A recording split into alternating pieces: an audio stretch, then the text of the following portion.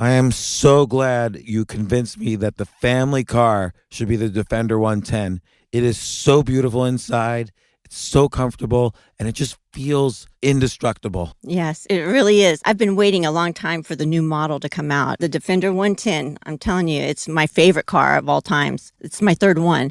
You know, I have stories of going off road. The guy managed the group. He was like, "What are you doing in this beautiful car?" I'm like, "I'm going off road." He's like, "Are you sure? Because you can use one of ours." And then they look like Mad Max cars. I'm like, no, we're going to do this. And he was shocked.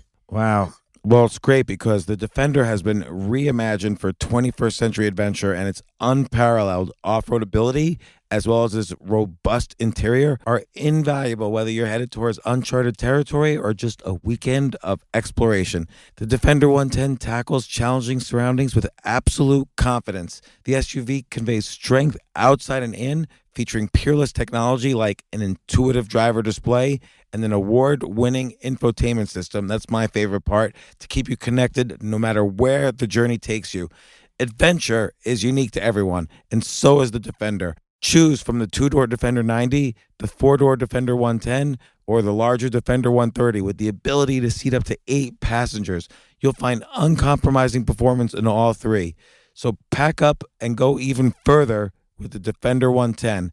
Learn more at LandRoverUSA.com/Defender.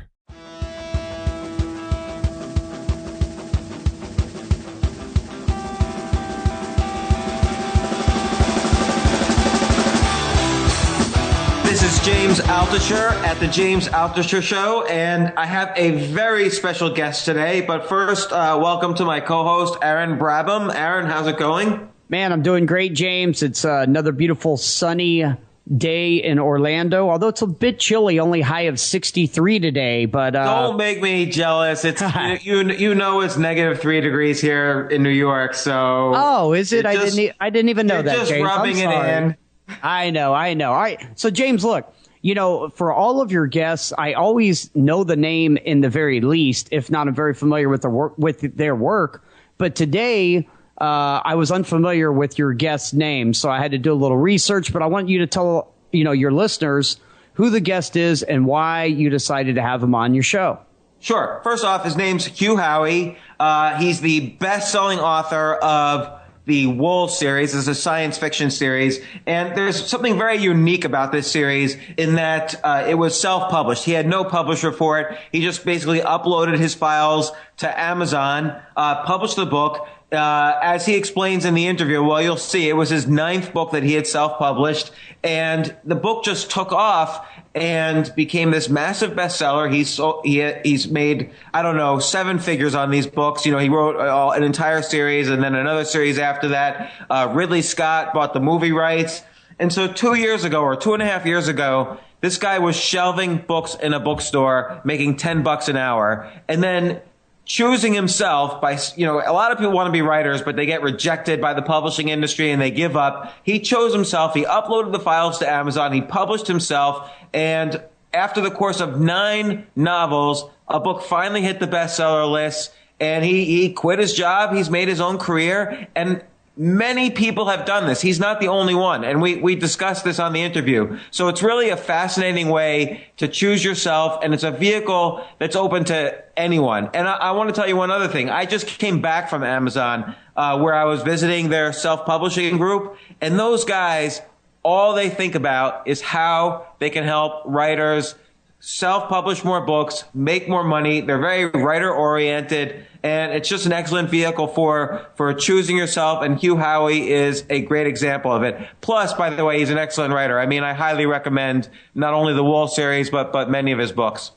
Yeah, that's outstanding. You know, it's good to see that Amazon is still sticking to their roots, because they originally started their company for book publishing, and, of course, it's transformed with the Kindle, and, your Choose Yourself book was huge, and you self-published it through some of their software. So it makes me happy to hear that they still have their roots. Well, James, let's not delay any further. Let's jump right into the interview. Great, Aaron. Thanks. So, Hugh Howey, welcome to the show. Thanks, James. Thanks for having me on. Yeah, and Hugh, many of the listeners might not know exactly who you are, but I'll give a brief bio, and then I have some questions about your bio, which you could elaborate on. But basically, you're the best-selling author of Wool, and essentially you've written about 24 novels that are on Amazon, were bought by Ridley Scott. Is that correct? Yeah, that's the number of novels is probably inflated by the fact that some were serialized, but yeah, maybe 15 or so novels, and only 15 novels. Only 10 more than Thomas Pynchon has written. Well, I think Thomas would say that he aims for quality over quantity. I don't know. I don't know. I've read a good chunk of your novels. If you've written 15, I've probably read at least like 8 or 9 of them. And I would say you have very high quality. But what's really interesting in your story, there's 2 things that are interesting that I want to get to. One is how you got to be a best-selling novelist was a very unique path that most people have not taken. And I think it's a path that could be actually followed by many people who listen to this podcast to some extent, not maybe to the highest extent, but to some extent. And then I think also you have a site, author-earnings.com, which discusses kind of the pros and cons of the particular approach you've taken. So I want to get right into that, but I want to start off with a little more background. While you're writing, or basically before you started selling big quantities of fiction, what were you doing? What were you doing for a living? Yeah, I was paying my bills as a bookseller. When I wrote my first novel, I was out of work. I was trying to help launch a website doing book reviews, and I was covering the book industry from the inside, doing interviews with authors, going to book conferences, trying to review a book a day. And so you were using the World Wide Web? Yeah, I was using the World Wide Web. I was on the internet. And the internet, okay, it's a new technology. So, yeah. and how'd that work out for you? Well, it worked out great because it had motivated me to write my own book. It didn't work out so well for the website because I got lost writing my own novels, and I was doing 90% of the work on the website. So the website foundered after that. But did it motivate you because were you thinking to yourself, and I'm just maybe, were you thinking, gosh, these guys suck so bad, I could write a novel better than them? No way. What happened, I started going to these conferences and meeting, I was doing interviews. I was doing at least one interview a week with really top-notch writers. And I was going to conferences and meeting them. And what was cool is learning how down-to-earth and normal these people were, and the fact that they all had day jobs. And the only thing different with them and myself was they got up every morning and spent a couple hours writing. And I realized I was doing the same thing. What time would they wake up? Website. Oh, it varies. But most of them had to write before they went to work. A lot of them were university professors, or they had jobs in journalism. And so they devoted a couple hours here and there. Yeah, some of them, what I modeled myself on were the writers who were getting up at 5 o'clock in the morning to write before they went into their day job. Wow. And so they weren't making a living from their writing. It was just sort of out of the pleasure of writing fiction and having it published and having a few readers that drove them to this. Yeah. And some of these were New York Times bestselling authors. I assumed they were millionaires. And that started dispelling to me the fantastical image I had of what a writer's life was like. And that helped me. I don't know. I think not putting authors on pedestals has been crucial to me visualizing myself as an author. I don't have delusions of grandeur, and I thought writers were some kind of special magical beast. And it was really nice to get to know them and for them to offer encouragement. And I realized I was writing a couple hours every day for the website and for my blog. So why not put that time into writing the fiction that I've always dreamed of writing? And so did that disturb you a little bit, though, that they were New York Times bestsellers and they weren't making a living at it? They still had to teach or be a journalist or whatever. Did that strike you that maybe the system was broken a little bit? Because a New York Times bestseller is going to sell 30 to 50,000 books in a couple weeks. That strikes me as a way to make a living. Yeah, some of them, you don't have to sell quite that many to hit the list. It's especially those who are nonfiction New York Times bestsellers. It's pretty startling how you can creep onto the list with just a few thousand hardback sales in the opening week by targeting certain bookstores that report their their sales. It's and being a New York Times bestselling author is something that follows you for life. So some of the authors that I met in my bookstore were New York Times bestselling authors, but they hadn't hit the list in several years. And so you're trying to live off of, for some, it's maybe $25,000 or $50,000 advance. And after your agent and your taxes, you're looking at trying to live off of, $25,000 or $30,000, even on that high end. And so even a New York Times bestseller, they're only going to get a $25,000 advance on their next book on average, would you say? I don't know what the average would be, but I mean, I can only talk about the anecdotal numbers that people would share with me. And the six-figure advance, kind of had its heyday for a while, but it's very few authors who get that much money up front. For a debuting author, the number that I see most often is around $5,000 as an average. Of course, the ones you hear about are the 6- and 7-figure offers. I think it's dangerous to model our expectations around the outliers. And I'm an outlier in the self-publishing world, and there are outliers in the traditional publishing world, but most people don't get deals like that. Well, so you were doing this website and talking to lots of authors, and then you decided to devote your time more to your own fiction. This was like inspirational to you, talking to these authors. What happened next in terms of making a living? Well, not much. I wrote my first book, and I planned on giving it away, and gave it to friends and family. And the feedback was that I should try to get this published. That it was better than the last thing they had read from the bookstore. Quite a few people told me that. So I started doing some research to find out what that was involved in getting a book published, and learned about the query letter, which I found was more difficult to write than the novel itself. That one page took as much time as almost as much time as writing the 100,000 word novel. And this is the letter that you would send to publishers describing your book. Right. This is you going from being a fiction writer to a business pitch artist. So, I found it very difficult to write like a 1-paragraph synopsis of either who I am or what the book was and why this agent should care about it.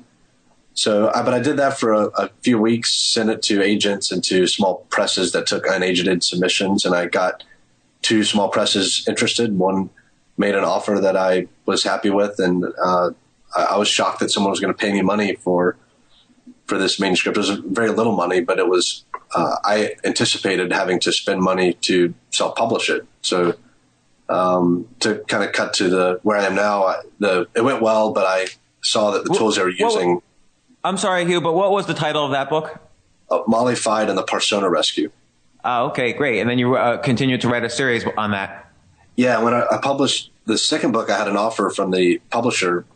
They sent me a contract for the second book, and I thought, I think I can do everything that they're doing on my own and have more creative control and quicker time to market, and I would keep a larger share of the earnings. At this time, I wasn't thinking about ebooks at all. I was producing ebooks, but they were an afterthought.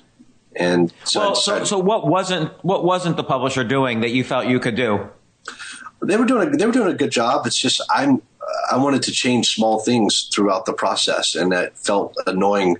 I felt like I was annoying them to have to email them and say, could we tweak the back jacket this way? I wanted to fire up InDesign and Photoshop and do some of this stuff myself.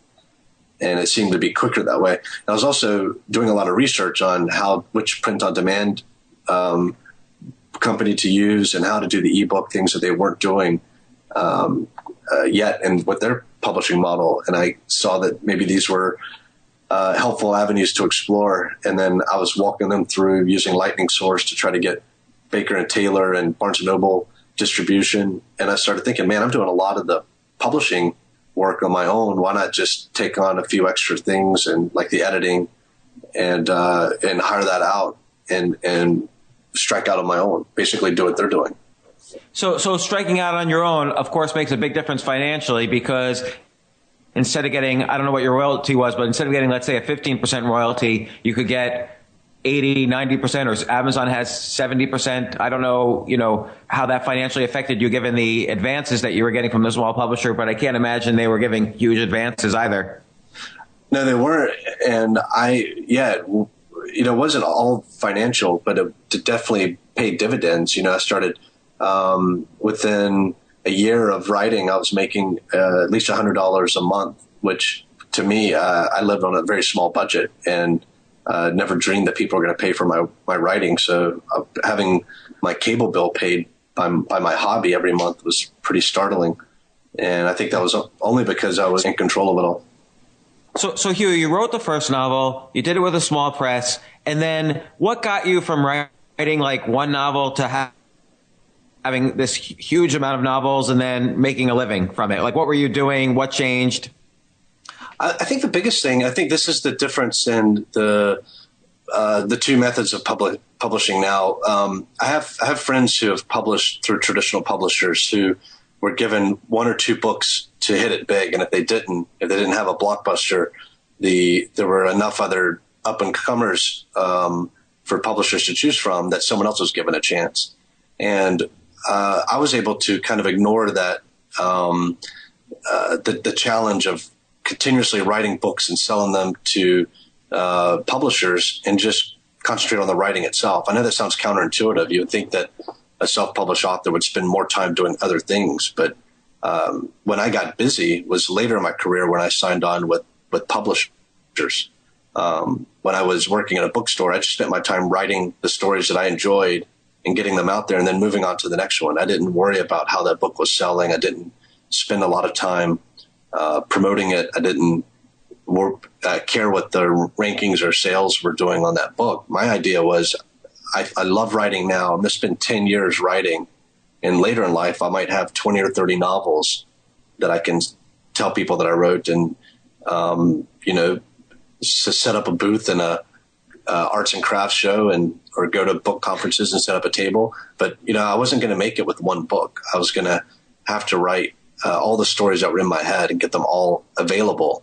And they weren't getting old. It wasn't like they were dying on the vine. They were brand new to everyone who had discovered them yet. So you basically you were working in a bookstore, but you felt your best marketing for your books, in some sense, was writing a new book. Absolutely, yeah. For me, well, I think part of what motivated me was 20 years of wanting to be a writer and not being able to finish a novel or putting it off, or procrastinating, and feeling like this is something I would never get done. And when I finished that first novel and realized that I could do it, it was almost like summiting my first mountain.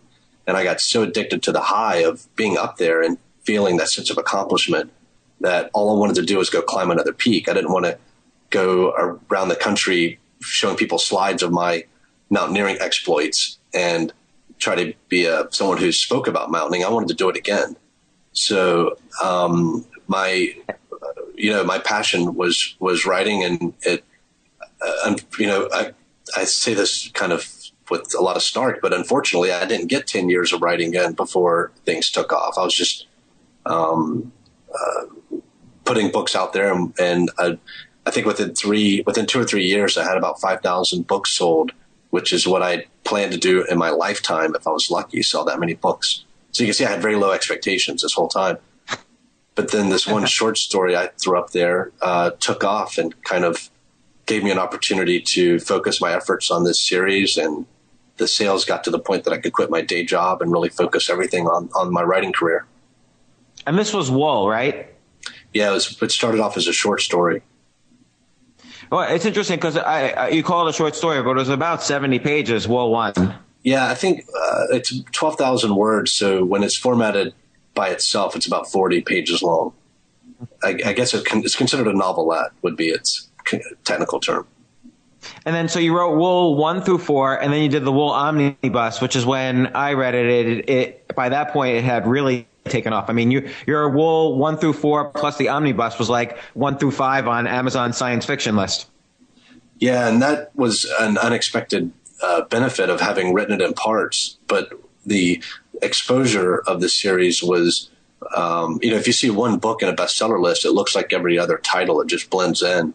But when all 5 of the parts of Wool were all sprinkled throughout the list and all kind of climbed together, I think they gave the series a lot more visibility, and they supported one another. And but yeah, at one point it was pretty obnoxious. You would get on Amazon and you would see all 5 parts in the top 10. When I combined them into the omnibus, those individual parts kind of died down, and the the standalone novel is what went on to hit the New York Times list and do really well by itself. And at this point, were you still working in a bookstore? Yeah, I was right up until I think my last day was right around when the omnibus was released, because even when I only had 3 or 4 parts out, I was making as much in a day as I made in a week at the bookstore. I was working a 30-hour job for $10 an hour. And that, the reason that job really allowed me a lot of time to write. And what time I wasn't writing, I was spending around books. I was, I was doing a lot of like author events and dealing with reps from publishing houses. And it was very useful, I think, just to have those years spent in a bookstore while I was writing. It taught me a lot about the industry. Bookstore jealous that they had like this writer there, or did they all have their kind of novel in a desk drawer that they wanted to put out? No, my boss, who sat right beside me, it was really just the two of us ran the bookstore, and we had some student employees who filled in every now and then, but the two of us ran the bookstore. And he didn't really think of me as a real writer because I was writing genre fiction, and he's still a really good friend of mine, but I think he's baffled by it all because, he really loves literary fiction, and that's what he likes to write. I like to read literary fiction as well.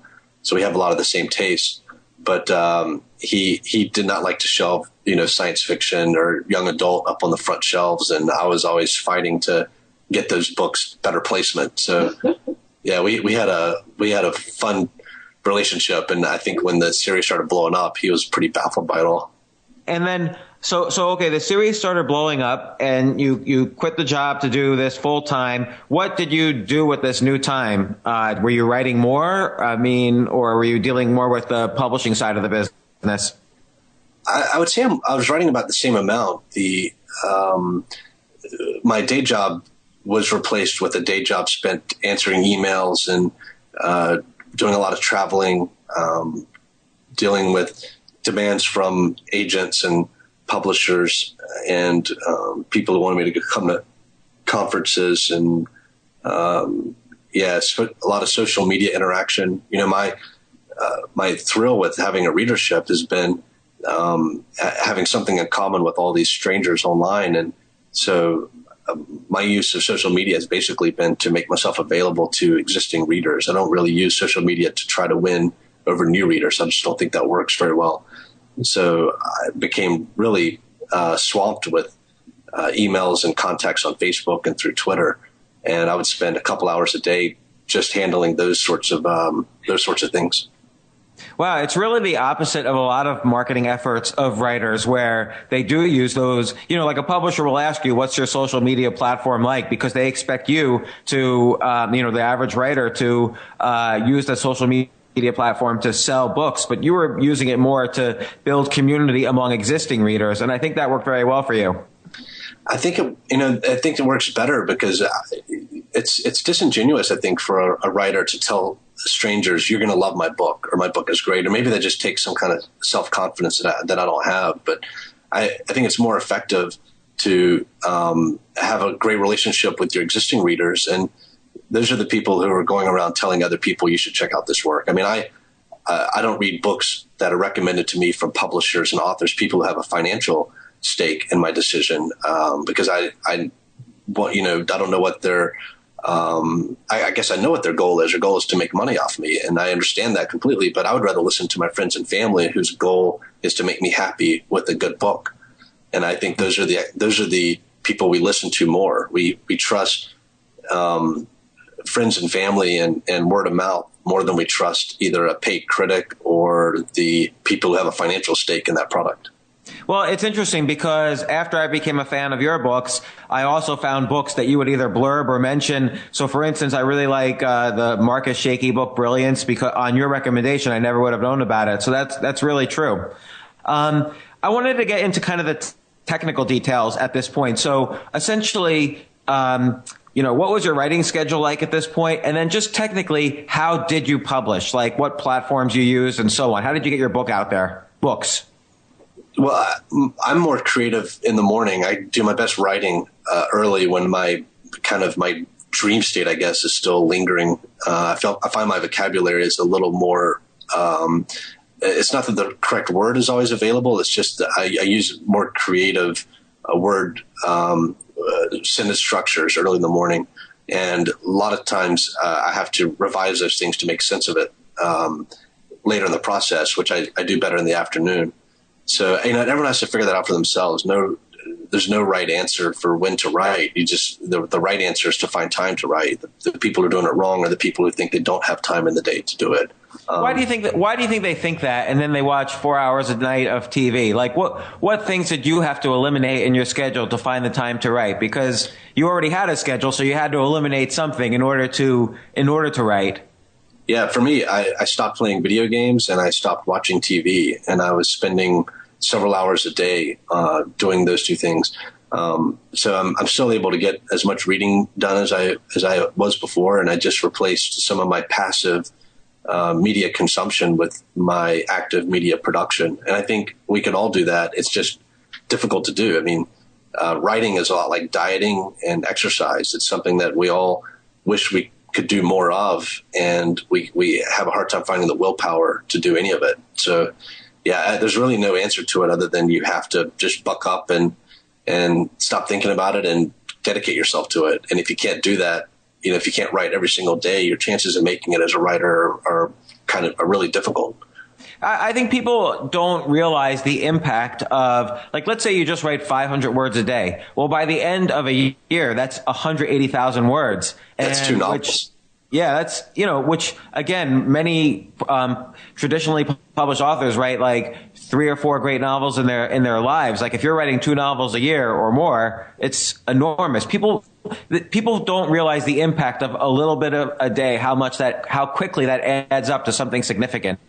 Yeah, and if you do that for 5 years, your first 2 novels might not be great, and that's part of writing a lot of novels is you have to write a couple just to learn what you just to get better. And so you do that for 5 years. Let's say that gets you 5 novels that aren't so good, but it gets you 5 novels that are great. That's enough to 5 years later to sit and try to market and or at least, if nothing else, be proud of. But I think anybody who dedicates 5 years to writing every single day has a good chance of making supplemental income off their work. Well, how many books did you have out before you quit your job? I believe Wool was my 9th title. Your 9th title. So 9 novels or novelettes or whatever you want to call them, you had written and published before you quit your day job. Correct. Yeah. And I had planned on, this was 2.5 years in, I'd planned on writing for 10 years before I even worried about what I was making off my writing. So in 2.5 years, you wrote 9 novels. Let's see. It was 7 novels, a novelette, and then Wool was my 9th, which was a novelette. And then I had some short stories that I'd also put on my website for free.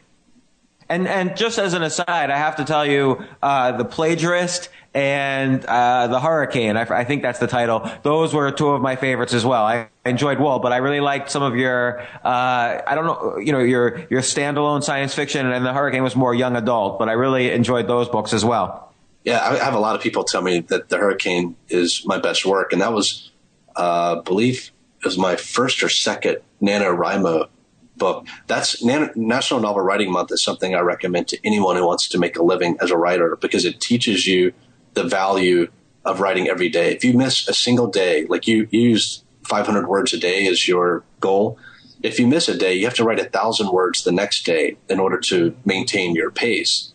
If you miss that second day, now you're up to 1,500 words. And so you can really, the same is true of eating right and exercising. Taking one day off just snowballs into taking a week or a month off. And that's you just can't do that if this is your goal and what you want to do with your life. You have to be consistent. And NaNoWriMo teaches that better than any other program out there. And it's not just the word count. I find for myself, if I don't write every day, then my writing is not as strong the next day. Like, I have to kind of stay at kind of this consistent, it's almost like a muscle that you have to keep in shape, or else you have to, reduce how much you can weight lift because you won't be as strong anymore. Not only that, I think my best writing comes from when I'm writing a lot. The idea that it takes 5 years to write a novel, I the disjointed mess that I would write if I spent 5 years writing a novel, it would be atrocious. I think when people say they spent 5 years writing a novel, it means they started it and then they procrastinated for 5 years and then they finished it. Right. My best writing comes when I'm writing 5,000 words in a day. That's when I stay in my book and in my character's mind, and the words are flowing. And I don't think people should have a word count, because the danger of that is that, let's say you aim for 500, usually 500 words just primes my pump, and my next 2,000 words are great. But if you set a hard goal for yourself, then when you hit that goal, you give yourself an excuse to say, okay, I'm done. and walk away from it. Right. That's a really good point. You should write as much as you can in a day, and set aside the number of hours, and don't give yourself a word count goal. Just say, I'm going to write as much as I can for 2 hours. And if that's one perfect sentence that's going to resonate in your readers' minds for years, that's 2 hours well spent. If it's 10,000 words of action and an adventure that people are going to stay up till 3 o'clock in the morning because they can't put the book down, that's 2 hours well spent. It's just, use every bit of free time that you have to further your novel along, and eventually you'll complete it. Do you heavily outline in advance, or do you let it just flow?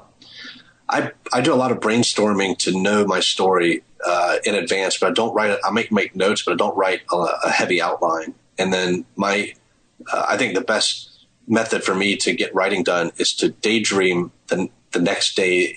Like I'll do my writing this morning, which I've already completed, and then I'll spend the rest of my day thinking about tomorrow's writing, the one scene that I need to write that day. It could be, two characters meeting. It could be them traveling a little bit, or a bar scene, or whatever it is. I daydream that scene all day long. And so when I sit down to write tomorrow, I'll know that scene. I'll know some of the conversations they have. I'll know what needs to happen during that entire scene. And if I finish that scene in my head, I'll daydream a little further along. But I always have to know where my story ends. Lost, the TV show, showed us what not to do when it comes to plotting. You have to know what your story is about and what that final scene is going to be like in order to have some destination to move toward. Otherwise, I think books just, when I'm reading, I can tell when the author did not know what was going to happen next, and that those books never resonate as much with me. That's really interesting you bring up Lost, because the story, every step of the way, was so powerful and so intriguing, and yet you could tell, particularly in the last 2 or 3 episodes, you could tell the writers in the beginning really had no clue how this was going to end. Yeah, and that you can write some of your best stuff when you're writing by the seat of your pants, because you're just surprising yourself all the time, and you're just making stuff up and making sure something exciting is happening at every turn. But it's easy to do that and to write adventures for which there are no adequate solutions to. And then you get into MacGuffins and Deus Ex Machina and all these ways of, it's all a dream, just ways of tying things up that are less than satisfying. I would much rather have foreshadowed events that if you read my novels a second time, you can see these hints dropped in very early that kind of tell you exactly what the story is going to be about, and you just don't notice them the first time around. Although, so Wool eventually ended up being, Wool, Shift, and Dust, like the whole kind of Silo saga. Did you, when you were writing Wool, did you know how, 12 novelettes later, how it was going to, wrap up, like in terms of sequel and prequels and all of that?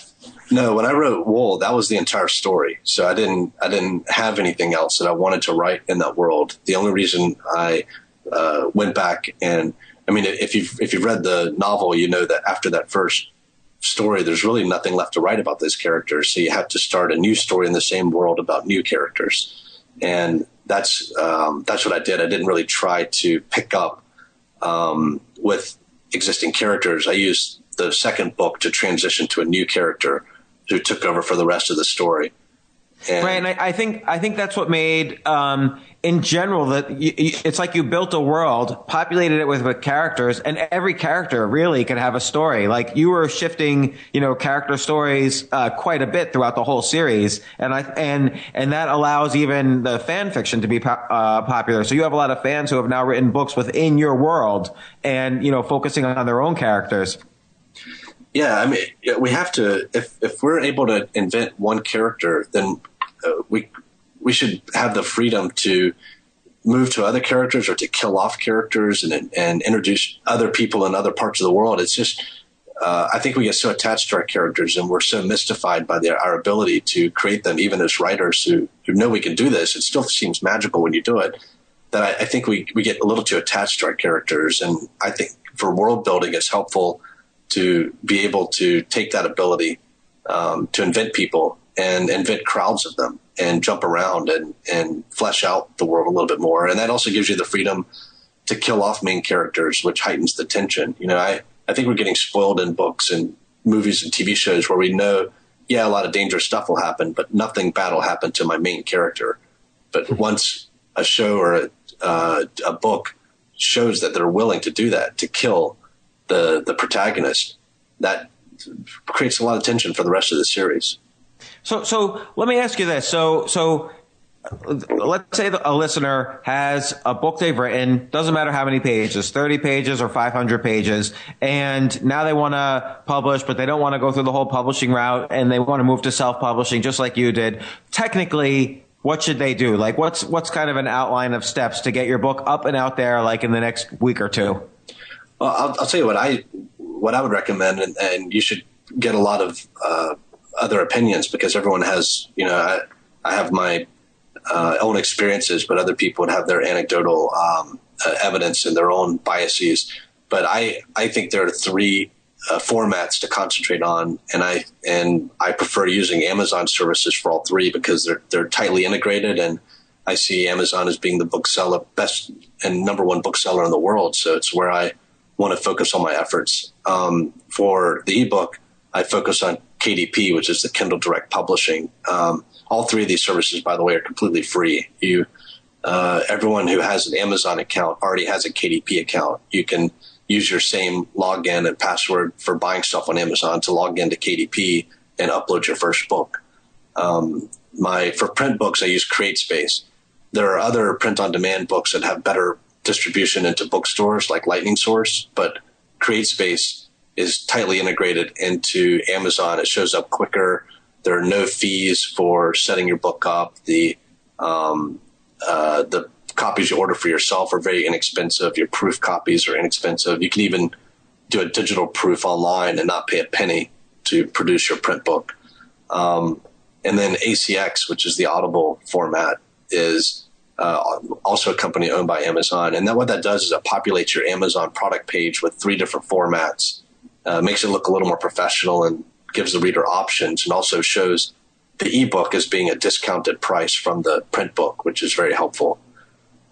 Having print books is crucial. You can take them to events and do signed copies and stuff like that.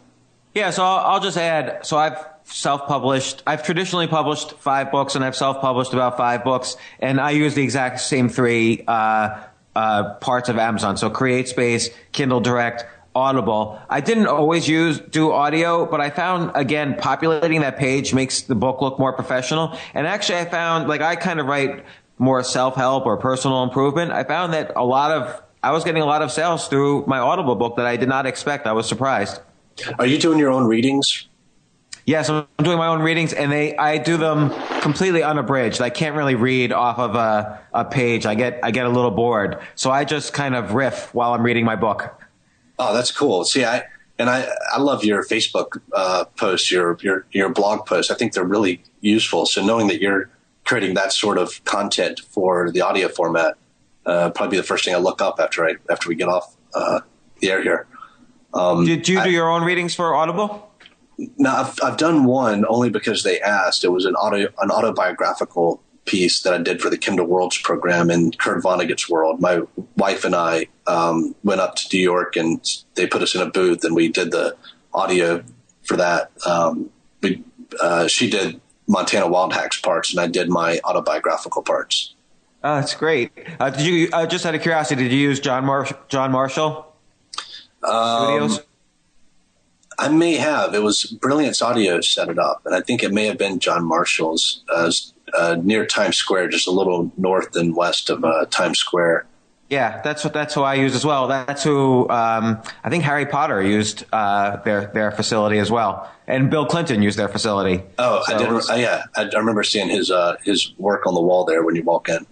Yeah. So okay. So 9 books in. Use Amazon for everything from beginning to end. You have a book done from beginning to end. How long is before it appears on Amazon using all their tools? Well, once you have the final manuscript, if you hit publish on the ebook, and it's usually up within 12 hours, sometimes less than that. With the CreateSpace book, once you finalize the proof and hit OK, it's usually up within a day. Audio takes longer. They do a quality assurance. So if someone has to listen to the whole thing, I believe, before they make that live, it usually takes a couple of weeks once you submit the final files. Right. And so I want to stress how different this is from traditional publishing. Like when you finish a book with a traditional publisher, it could sometimes take up to a year before it's published. Yeah. And what you're paid on your advance is sometimes tied to the on publication date, and it might be tied to different formats. So let's say a third of it is on signing, a third is on hardback publication, and a third of that might be on the paperback publication. So it could be 2 years before you get the last third of your advance, depending on how it was structured. And like you said, then the agent takes a cut, then the government takes a cut. And meanwhile, Amazon, they're about T plus 60, right? So if you sell something in June, then by August you get the check for it. Correct. Yeah. If it's at the end of June, it's just a little over a month before it. Everything in June gets paid 60 days later. So it's pretty well. I think publishers are having to respond to that. I've already seen publishers doing sales portals where you can see monthly sales data by format. Random House has added a new sales portal, and I think publishers are going to have to get on to monthly royalty reports and direct deposits to compete. So we're going to see some excellent benefits trickle down to the rest of the publishing world because of what these digital retailers are doing. And I will say, I publish on KDP, but and I like using KDP Select, which is a 90-day exclusivity period. But once that's over, I also publish to Kobo and the iBookstore and Nook because it's free to do it. You might as well get as many formats out there as you can. Although, let me just say, with KDP Select, you don't get to use iBooks or Kobo or Barnes & Noble, but people can lend your books out. And Amazon has a weird way of paying they have like a pool, and so you get your pro rata portion of the pool based on how many books you've lent out. And that could actually be significant money if people are lending your books to their friends and stuff. So it could actually work out to be better results than, I'm not trying to sell anything here, but it could be better results than iBooks or Kobo or whatever. Yeah, I can say that I lost money by going out of Select and offering my book in other outlets when I was doing really well 2 years ago because there weren't enough sales in the other outlets, and I was losing the lending bonuses and the extra product placement from Kindle Select. But I had so many, I was making enough to make a comfortable living. And at that point I was getting emails from people who had other devices who didn't either know that their device also read Kindle books or they didn't know how to do that. And so I kind of succumbed to the reader pressure to have as many formats out there as possible. But you're right. It can be, you can lose money by offering your book in more places, paradoxically. Yeah, and it's interesting that people who, like, for instance, have an iPad aren't always aware that there's a Kindle app there's a Kindle app for every device, essentially. But I think that's over time people realize that Kindle dominates the universe, so they'll just switch to that from their Nook or Kobo or whatever. Well, for me, it's like iTunes with my music. I don't want to have my library spread out everywhere, and even on my PC, purchasing my works through iTunes, which I find to be the best website for discovery of new songs and to sample and listen to songs. But because that's where I started buying my music, years ago, it just makes sense to have it all in one place. I can log into any device and access my entire iTunes library. And the same is true for Amazon and their ebooks. Once you start buying books through Amazon, it doesn't make sense to have them everywhere else. You have so you really get locked in to one device and one marketplace. And for me, it's kind of a no-brainer which one to choose. I mean, the Nook is, there's a lot of talk about being spun off from the physical store. I like what Kobo does, and I like their devices, but I don't know that it's as stable as what Amazon has. So, well, I'm curious now. Your coworker from the bookstore, he kind of had this. You sort of alluded to he was looking down on either genre fiction, and I find a lot of people look down on just self-publishing in general, and not as much now as, let's say, 5 years ago, and not as much then as 10 years earlier. But there's always been a slight stigma, or it used to be bigger, but there's a stigma against self-publishing. And how have you encountered that? And, now let's start moving into, you also have this site, author-earnings.com, where you really dive down on the numbers of how much self-published authors make versus traditionally published authors. And also, there's kind of the quality issue, like, does traditional publishing really produce higher quality in general, on average? And what's some of your discoveries on that? Like, can self-publishers make a living, and do self-publishers write better or worse books according to the readers? Well, there's a lot of topics to cover all at once. I love Answer them all in 5 minutes. So I think self-published authors are generating the same quality of content that people going the traditional route are producing. And I know that's probably controversial to say, but the difference is we see all self-published books. The books people that choose to go the traditional route, we don't see all those books. We only see the ones that publishers produce. That's what their curation and their gatekeeping powers. We only see the top 1% of books that go the traditional route. With self-publishing, I think we should really only look at the top 1% of self-published books. And that ignores what people would consider the slush pile. And there's some books that I've written that are part of the slush pile that are not my best works, and that I wouldn't want to include in the top 1% of books. So I include myself in that category. And there are a lot of traditionally published authors who not all of their books, they all have a couple of books in their drawer that no one will ever see. When you compare the two top 1% against each other, and anyone out there who takes writing seriously and devotes time and energy into it and takes the craft seriously, they can get themselves into the top 1%. You have a lot of people who aren't trying very hard that you're not really competing against. When we compare those two, tips of the icebergs together, which is what we do when we look at the top 50,000 rated books on Amazon, for instance, what we see is that readers review the self-published works higher. There are a lot of reasons why that might be. One is possibly that we're producing more of the kinds of works that readers want. There's a bias in the publishing industry to publish more literary works and the kinds of things that the people who work in publishing enjoy. But that would be like promoting opera rather than promoting cinema. Just because you have high taste, that does not influence what the market wants. The market wants cinema, not opera. And even though I try to write as lyrically as possible and as high quality prose as possible, I'm writing the types of stories that I want to read, where lots of exciting things happen. And that tends to be what self-publishing provides to readers: more genre fiction, more romance and action and adventure and science fiction, and what used to be considered pulp. And we can denigrate that if we want, but I mean, traditional publishing has made its living publishing biographies of people like Snooki and whatever they think will sell.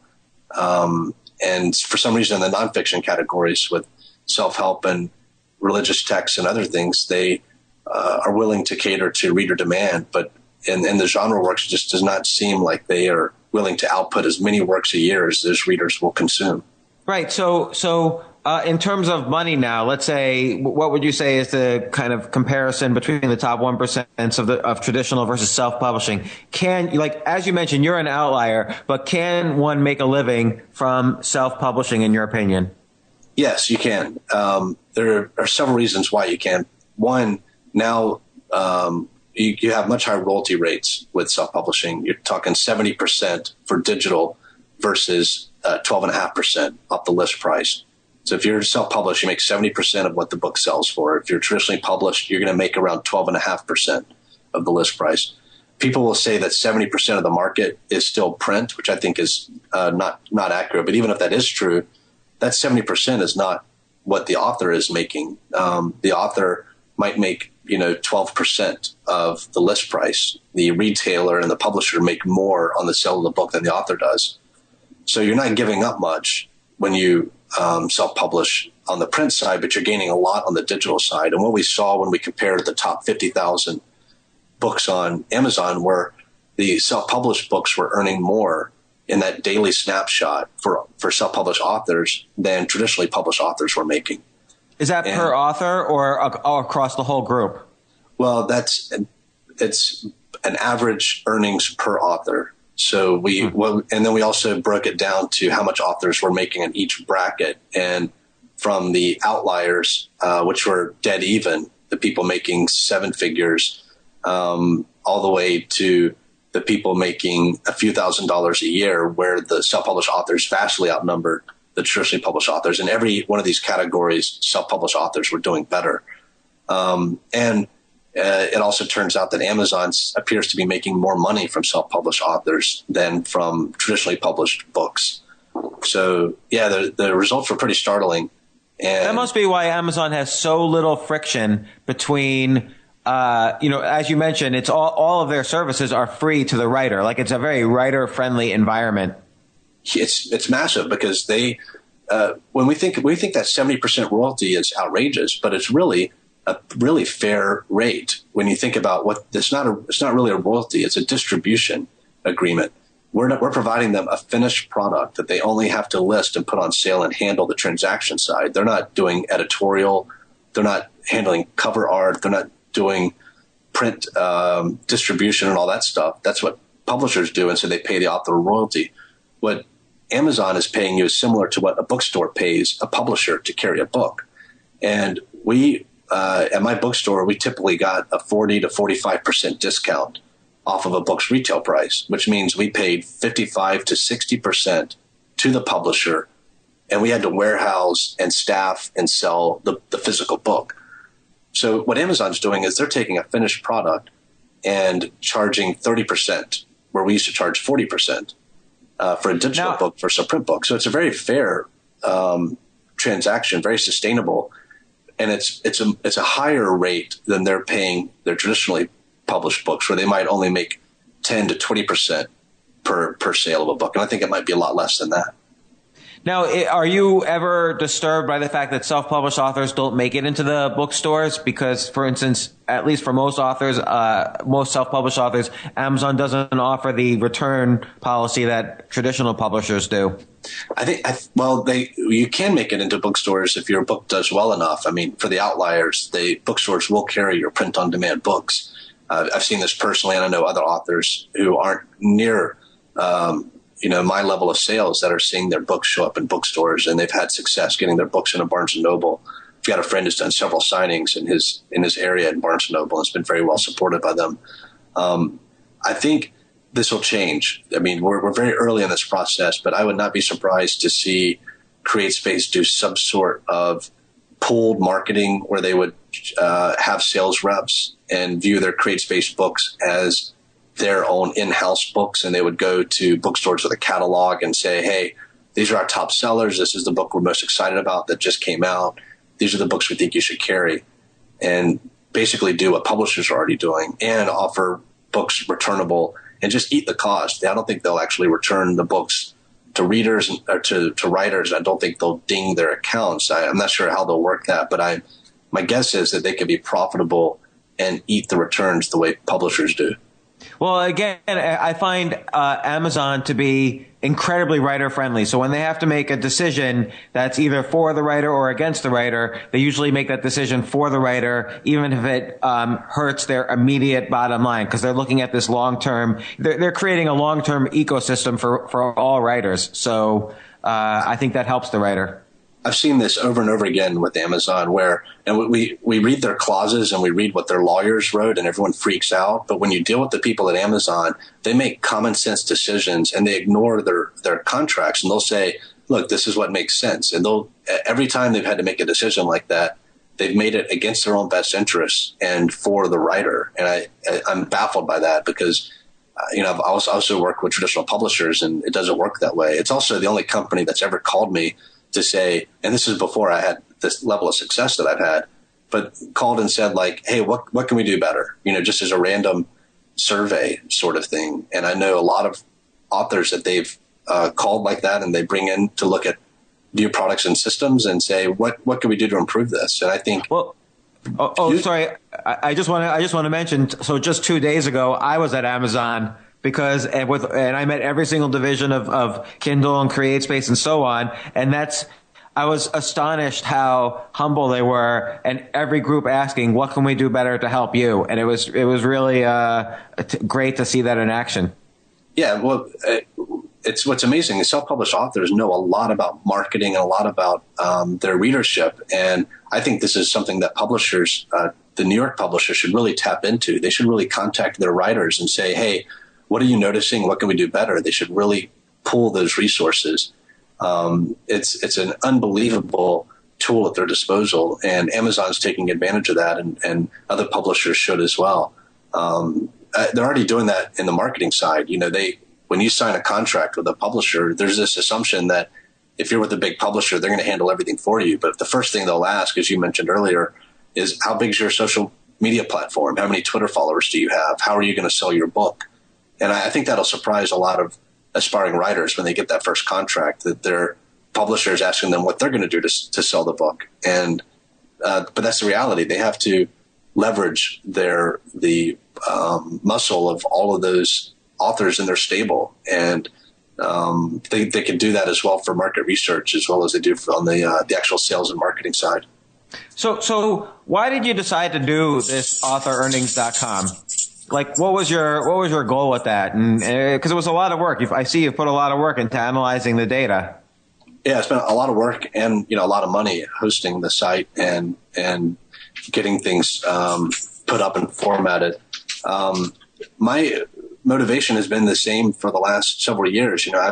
I've been trying to do what I can with my agent, with our negotiations with publishers, to make changes in the way publishers deal with manuscripts and with authors. I think we should have limited terms of license. I think royalty rates should be better for digital works. There's no reason publishers should make a higher profit margin off an ebook that they make off a hardback. Right. And we've seen changes in every other entertainment and media format in Hollywood. When digital streaming became a revenue stream, the writers had to strike basically to get what was a fair payment for their work. And I don't think that'll happen in the publishing world without pressure from self-published authors.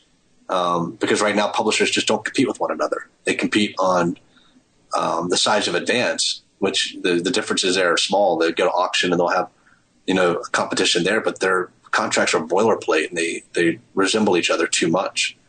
And I think we need so the reason for that website, an author contacted me with the first bit of data from Amazon that anyone had ever really seen, in a very clever way of coming up with that data.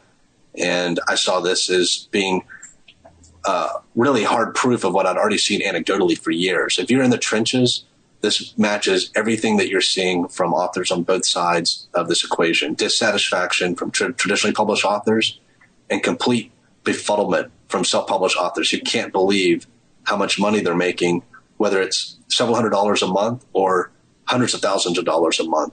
There are people that you've never heard of that are making 6 and 7 figures a year. And those stories are popping up everywhere. And it's hard to rationalize until you see this data and you realize, oh my God, self-published authors are out earning traditionally published authors on Amazon. Well, and I think what's particularly important is what you mentioned earlier. It's not just that they're making it on one book. A lot of times, I know some authors who have written over 100 books, and, all it takes is like $100 per month per book. And if you've written 100 books, you're making like a good living, in the United States. Yeah, it's incredible. Well, that's one of the things that we were concerned about when we saw these earnings, and we have the author names, so we're able to see how many books they were earning across and what their total earnings were. And so one of the things that we looked for was, is the difference in earnings only because they're publishing more books? Well, that was only true of the authors earning 7 figures. In every other bracket, self-published authors were earning more money on fewer titles than traditionally published authors. So, you know what's interesting also, and your numbers probably don't cover this, is many self-published authors are in charge of how their books get distributed, as opposed to letting the publisher be in charge of how your books get distributed. So for instance, for me, I often will bulk buy a print order and then sell through an email list. And so that doesn't get reflected at all in terms of how much I'm making, because I could put together bundles of my books. And I think there's a lot of creative ways that self-published authors can market and sell and distribute their books, which is also interesting. Yeah, and you can give books away if you want. I mean, through CreateSpace, I can get copies of my books for like $3 or $4 each, which is cheaper than some other marketing materials that you might, if you wanted to give away thumb drives or other doodads at a conference. Giving away the book itself is cheaper than a lot of those things. I know people who they get really fancy business cards that are about $1 each. Well, I can print a novelette for $1 and hand that out. So it's hard to do that through a publisher. You know what I did with my last book? I had all 67,000 words printed onto a T-shirt. And so you can actually read on the T-shirt every single word. It's readable. And I sometimes give that away. Was that through lithograph? Yeah, exactly. Yeah, they approached me at AWP and wanted to do that with one of my works. I thought that was brilliant. I couldn't believe you can print that much onto a T-shirt, but they showed me one. I was dumbfounded. Yeah, so one of the things I wanted to do when I was up at Amazon just, again, 2 days ago was allow them to let me put a T-shirt slot on the title page instead of, along with the Audible, paperback, hardcover, also T-shirt, because the whole book's there. Yeah, that's brilliant. So now I want to ask you also, switching topics, Ridley Scott calls you and wants to buy the movie rights for Wool. What happened? How excited were you? When's the movie coming out? Well, I first thing I did was change my pants and told everybody I knew. My expectation and with everything to do with my writing has been so low that when the movie talks started, I just assumed no movie would ever come out because a lot of stuff gets optioned, very few things get made. But everything that's happened since then, I just feel like they're trying to get my hopes up before they dash them, on a rock somewhere. We've gone through they've written a screenplay and we've had all these pre-production meetings and everyone seems to be really excited about it. The screenplay is brilliant. So I still tell myself it'll never happen, but. Did you help write the screenplay? No, I met with the screenwriter. He's from London and they flew me and him to LA and we spent a week together brainstorming and going over his notes, but I've agreed with his vision from the beginning. He knows what the heart of the story is about, and he's captured that in the screenplay. And have you met with a lot with Ridley Scott, or is he kind of hands off until production? Yeah, I think he would just show up to, if the movie won awards, that's when he would show up to collect all those and put them in his trophy case. And he's a busy guy, and he's got to be honest, the movies that I know that he's working on, there are a lot more that I'd rather him see as a fan make before Wool. So it's one of the reasons I'll be surprised that this gets made. Well, are any actors interested yet? How far along are you in the process? We haven't done the casting yet, but I know actors who have read the book who have contacted me privately or in person and said that they are, especially female actresses who are dying to play Juliet. I was at a conference in Australia and some of the media stars there started passing the book around and there was a lot of infighting about who was going to get to be Juliet. So that was pretty cool. But if we do casting, that would probably be the next step, and it would be sometime this year. Wow. And if, let's say, I know you keep your expectations low, but let's say we were to have high expectations, when do you think a movie could come out? My guess would be next summer. If they, not this upcoming summer, but summer of 2015, they would probably, if they cast it this year, they would probably be filming in the fall and wrapping up and doing post-production in the spring and releasing in the summer of 2015. But that's absolute best case scenario. And again, that's not my expectation at all. So Hugh, 3 years ago, you were like a clerk in a bookstore shelving books. Now we're talking movie next year. You've got, I don't know, 15, 20 books out. You are continuing to write, obviously. Like what, this like just blows the mind. Like how has your life changed? Like, did you buy a new house? Did you have a big party, or do you just, what's going on? I haven't had a big party. I don't know. I don't have that big of a social network. My partying has been online with Facebook, but my wife and I will have celebratory glasses of wine every now and then.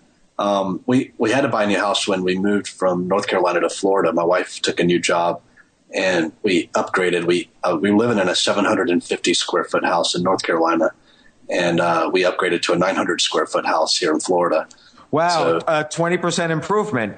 Yeah, and it's so instead of bedrooms that are like 10 feet by 10 feet, they're now like 12 feet by 12 feet, and we're really confused what to do with all the extra space. It's been pretty amazing. But financially, it's a weird situation where I don't have to work for the rest of my life. I can write duds and flops for the rest of my life, but I don't think about it that way. I'm living the same lifestyle and still eat the same cereal every morning and wear the same T-shirts and shorts and just concentrate on the writing and enjoying life, which was my philosophy beforehand. Well, it's really interesting because a lot of people always ask the wrong question, which is, how can I make a lot of money? But what they don't realize is that money is a side effect. Like if you're doing something really well, then you'll tend to love what you're doing as opposed to the other way around. Like if some people, people always say, find what you love and then do that. But I find if you do something really well, like writing, say, you'll love it automatically. And then money's just a side effect of that. And you don't really have to change your lifestyle because you love what you're doing all of a sudden, and you love what's happening during the day. You don't write on a private jet or anything. You write in your home. Yeah, I think if people go into writing, and we see this with the people claim that self-publishing is a gold rush. Well, there are a lot of elements of traditional publishing that have the same mentality. There's a big catastrophe or some big news event, and everyone jumps on writing and pitching that book immediately. And so I think any comparison you can make anything you could say about one of these routes of publishing, you could say about the other. What I will say is, if you go into this to make money, I just don't know how you would ever be happy, because your chances of making a lot of money are very slim. Yes, they're better as a self-published author, but that's not saying a whole lot, because the people who choose to traditionally publish, which means they choose to submit to agents, that doesn't mean they get their book on an end cap in a bookstore. They might not even get a publishing deal. You don't get to choose that. You just get to choose which route you're going to go. And that might mean rejection letters from agents for the rest of your life. That could be the route that you chose. So yes, you have a better chance of making money self-published, but that's only because your chances of making money traditionally published are so woefully slim. Why let money be your guide if your chances either route are that bad? This is where self-publishing really wins, not on the monetary side, but the satisfaction of writing a story that you believe in and making it available to the public and getting just one reader to pick that book up and enjoy it. That's almost a guaranteed outcome if you dedicate yourself to self-publishing. By the time you write 5 or 6 completed works, you will have found one reader and made them happy. And if you stick to that as your goal, there's no way you can lose. It's just, it's such a liberating feeling to know that your success and all of your efforts and all of the ownership of your art, it's all in your hands. And we both know writers who, like, take Teresa Reagan as an example. She had been trying to traditionally publish for a decade or more until finally she went the self-publishing route. And now, just through self-publishing, she's a massive bestseller in both the romance and thriller categories. Yeah, and I guarantee, she's made a lot of money doing something that she loved that she could easily have given up on the other way. That's another huge advantage, is self-publishing inspires people to continue writing. I know I've got really good friends who are published with big 5 publishers who have given up on writing because of how their careers have been handled. They had something that they loved doing, and the business side of it took all the passion out of it for them. And with self-publishing, again, it's a paradox. because you think you'd be busier. But if it takes me 2 months to write a novel, it takes me 2 days to publish it. So when you think of like all the stuff you have to learn and all the headaches of self-publishing, you can do it in a weekend. You can get your ebook, your print book, and your audiobook set up and formatted and ready to go in a weekend. And that's not a lot of investment in time.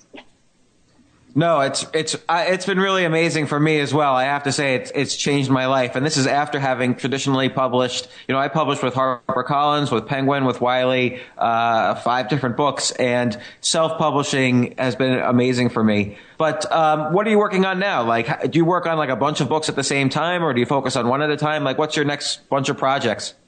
I try to focus on one at a time. Right now, I'm moving several projects forward to see which one's going to grab my attention. I just published really 3 works this year already. That short story in the Kurt Vonnegut world for the Kindle Worlds program, a novel called Sand, which has been a bestseller, and then an anthology with John Joseph Adams called The End Is Nigh, where I edited 22 short stories and contributed one of those and helped produce, self-publish the books. We just got that out a couple weeks ago. So the last couple of weeks, I've spent in the 5th Molly book, playing around and also starting a couple of new novels and just see which one captures my attention. Probably the next week or 2, I'll pick one and run forward with that for a couple of months until that one's finished. Well, that's great. So, Hugh, thank you so much for coming on this show. I really think you're living the dream, and congratulations for all your success. And also, I think you're really helping move forward. Getting rid of the traditional stigma that's been associated with self-publishing and showing people that this is a viable route to either express yourself creatively or to even make a living. And you've been doing that really well. So. Thanks again for spending the time and coming on this show. Thanks, James. It's an honor, and I'll do it anytime, man. Excellent. Thanks, Hugh. Well, James, that was an excellent interview. What's the one big takeaway that you had? It's really interesting to me that here's a guy who followed his dreams. He kept his expectations low, and then he blew away those expectations. Now, not everyone is going to write a best-selling novel. And note, it took him 9 novels to write a best-selling novel. But I guarantee you, for just about everyone, there is something you can do where if you're persistent and you keep, your positive expectations high, you keep your optimism high, you're going to find success. You're going to be able to choose yourself and find freedom. Everyone wants freedom of choice in their lives. Hugh found it through writing. Other people find it through building apps. Other people find it through owning a franchise or investing or whatever. But there's always a way. And if you do what you do well, you'll end up doing what you love. And money is the side effect of that. And freedom is the side effect of that. So I encourage everybody to choose this route, really. Yeah, that's great, James. It's a theme that you have over and over, and it's what a lot of your guests have pretty much done with their lives. They've all kind of bottomed out at some point, chose themselves, and it pays off, but it is scary. One of my favorite sayings I ever heard was, when one door closes, another one opens, but sometimes it's hell in the hallway, and it's good to go to the new door. Yeah, exactly. That's a good analogy, and it's one to think of even when you're being persistent in the same area. Like, just because some agent rejected your book, I tried to write fiction 20 years ago, and I wrote 4 or 5 novels. I got rejected everywhere. And then I started publishing nonfiction. And then my most recent book, Choose Yourself, I totally self-published. I used the exact same techniques and the exact same companies that Hugh talks about in the interview. And my book, the day it was published, hit #1 for all nonfiction on Amazon over every other book in the world. So it's possible, and it is the dream. So, and everybody's got a dream, and I encourage everybody to pursue it.